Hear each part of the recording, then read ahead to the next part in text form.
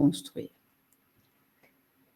L'enfant donc arrive avec son tempérament, mais il fait des rencontres dans un environnement familial et social. Les parents et l'environnement sont ce qu'ils sont.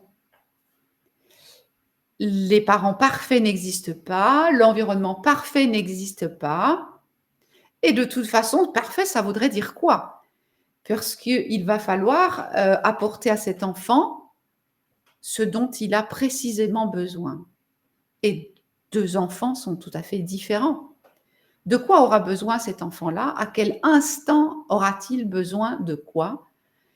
Eh bien ça, les parents, dans l'environnement où ils sont, vont plus ou moins bien comprendre, répondre, plus ou moins maladroitement, répondre de travers, blesser l'enfant. Vous voyez, tout ça, ça peut arriver. Ça arrive forcément un peu chaque jour. Voilà. Et donc l'enfant, il va s'adapter. Alors, je ne parle pas de la petite maladresse d'un jour ou du petit manque d'un autre jour. Non, je parle de cette incompréhension, cette difficulté à répondre exactement comme il faudrait, cette blessure qui se répète par maladresse.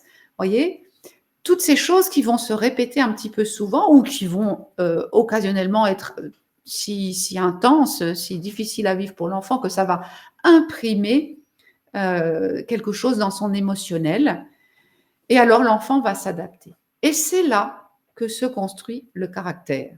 Alors si vous m'avez bien écouté, vous avez compris que le caractère se construit en adaptation à des choses difficiles à vivre. Et oui, c'est peut-être pour ça qu'on parle de sale caractère, de se forger un caractère, voyez, elle a du caractère, etc. Toutes ces expressions, enfin je ne sais pas, peut-être que vous avez des expressions autour du caractère qui sont douces et agréables à entendre, mais souvent, il me semble qu'autour du caractère, c'est un petit peu, il y a comme ça un peu des traces d'une certaine difficulté, d'une certaine, comment je vais dire, rigidification de la personne et de son comportement. Oui, le caractère se construit dans l'adaptation aux difficultés qu'a subi l'enfant qui est sans ressources parce qu'il est encore petit. Il est petit à quelques mois, il est petit à 3 ans, il est petit à 7 ans et même encore à 17 ans, il est encore sans ressources par rapport aux situations qu'il affronte, en tout cas pas assez de ressources et voilà, il va encore s'ajuster. On parle en gestalt thérapie d'ajustement salvateur, voyez? Le caractère, ce sont des ajustements, j'ai dit adaptation, on peut dire ajustement salvateur, c'est-à-dire des adaptations qui nous ont sauvé la mise et peut-être même sauvé la vie. Voilà. Alors, je parle de quoi? Par exemple, une adaptation que je connais bien, c'est l'évitement. Vous voyez? L'enfant était très sensible et puis, l'environnement n'a pas été suffisamment attentif, assez précautionneux par rapport à sa sensibilité et alors il a vécu des choses qui étaient beaucoup trop intenses pour lui, beaucoup trop débordants sur le plan émotionnel, beaucoup trop douloureux et alors il s'est adapté en devenant ce qu'on appelle évitant. Et vous voyez, ça, c'est des choses qu'on peut même observer dans le cerveau. Il y a des choses qui s'adaptent et qui font que l'émotion ne passe plus, ou en tout cas plus directement. Vous voyez, elle est comme filtrée, elle est comme arrêtée, ça se passe ici dans le cerveau.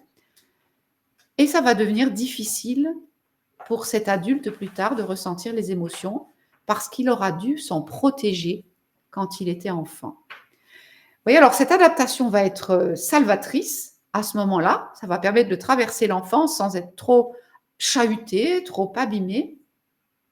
Merci à cette adaptation. Merci à ce trait de caractère.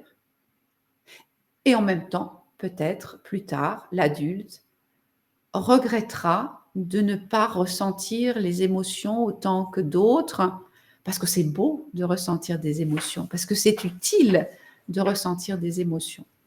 Parce qu'aussi, en devenant évitant, il est devenu un petit peu froid, un petit peu distant, un peu moins chaleureux, humain, sympathique, vous comprenez? Voilà.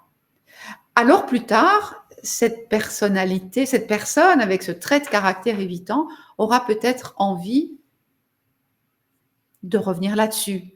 Heureusement, on va y venir, ça va être possible.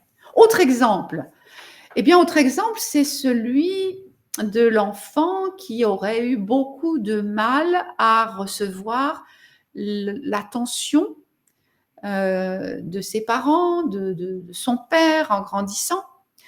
Il aurait eu beaucoup de mal à recevoir des marques de joie, de fierté, de reconnaissance de ses efforts, voyez.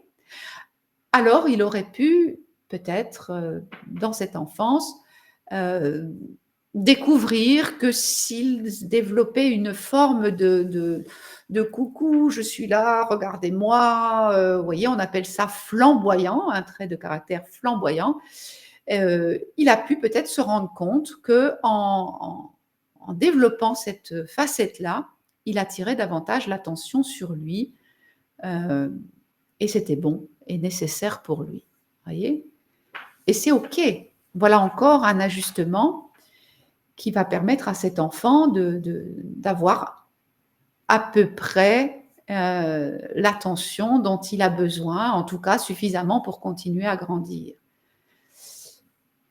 Sauf que peut-être plus tard, passé la trentaine, il en viendra à se dire un jour, mais comment ça se fait qu'il faut toujours que je fanfaronne, qu'il faut toujours que je me mette au devant de la scène et puis si j'y arrive pas, je me sens complètement désintégrée, vous voyez. Merci à ce trait de caractère qui a sauvé la mise. Et en même temps, ça s'est construit, ça va pouvoir aussi non pas se déconstruire, mais se retravailler. Voilà. Voilà 2 exemples. Alors, il y en aurait d'autres, hein. On peut avoir des ajustements pour rester dans les jupes de maman. On deviendra dépendant parce que c'est comme ça qu'on va trouver ce dont on a besoin avec maman. Ou bien des ajustements de type j'attendrai avant de décider. Je vais rester dans le doute parce que comme ça va me permettre de... Vous voyez, ou encore, eh bien, je vais garder une énergie de lutte pour réussir à me faire ma place. Vous voyez, une énergie comme ça de combat. Il y a plein comme ça, potentiellement, de traits de caractère qui vont se développer par ajustement à une réalité trop difficile, trop blessante ou avec trop de manque pour l'enfant. Alors, sur ce chemin, il y a des facteurs de risque. Hein. J'ai évoqué tout à l'heure les tempéraments peu compatibles entre l'enfant et la mère ou le père. Eh bien, c'est un facteur de risque pour une moindre compréhension, une moindre adaptation de l'adulte à l'enfant et le besoin de s'adapter pour l'enfant, de s'ajuster à ces difficultés. Il va y aussi avoir, eh bien, j'entends ça beaucoup dans mon cabinet, une mère dépressive. Vous voyez, c'est vraiment un handicap pour un enfant d'avoir une mère qui n'est pas dans la joie de vivre, qui n'est pas pleinement disponible, qui ne peut pas se focaliser sur l'enfant autant qu'il en aurait besoin. Eh bien, l'enfant, oui, il va s'adapter. Mais vous avez bien entendu que ce sont des ajustements salvateurs. Merci aux ajustements. Des traits de caractère qui sont des réductions de qui il est, hein, des rétrécissements, des fermetures, hein, des rigidifications. Voilà. Un autre facteur de risque, ça pourrait être par exemple l'insécurité financière. Si on est arrivé dans une famille où on avait beaucoup de mal à joindre les deux bouts, où le logement ne comportait pas tout le confort qu'on peut espérer aujourd'hui, ben, ça a pu vraiment générer aussi des risques de besoin d'adaptation pour l'enfant. Et à l'inverse, eh bien, on va pouvoir trouver des facteurs aidants, hein, on appelle ça des facteurs de résilience. Bah, par exemple, une faible sensibilité à la douleur. Vous voyez? C'est pas forcément un atout en soi, mais en même temps, quand viennent des douleurs, si je n'y suis pas trop sensible, eh ben, ça va m'aider à traverser les choses difficiles sans trop de dommages, pas forcément besoin de m'adapter. Ou encore, des parents en thérapie. Voilà.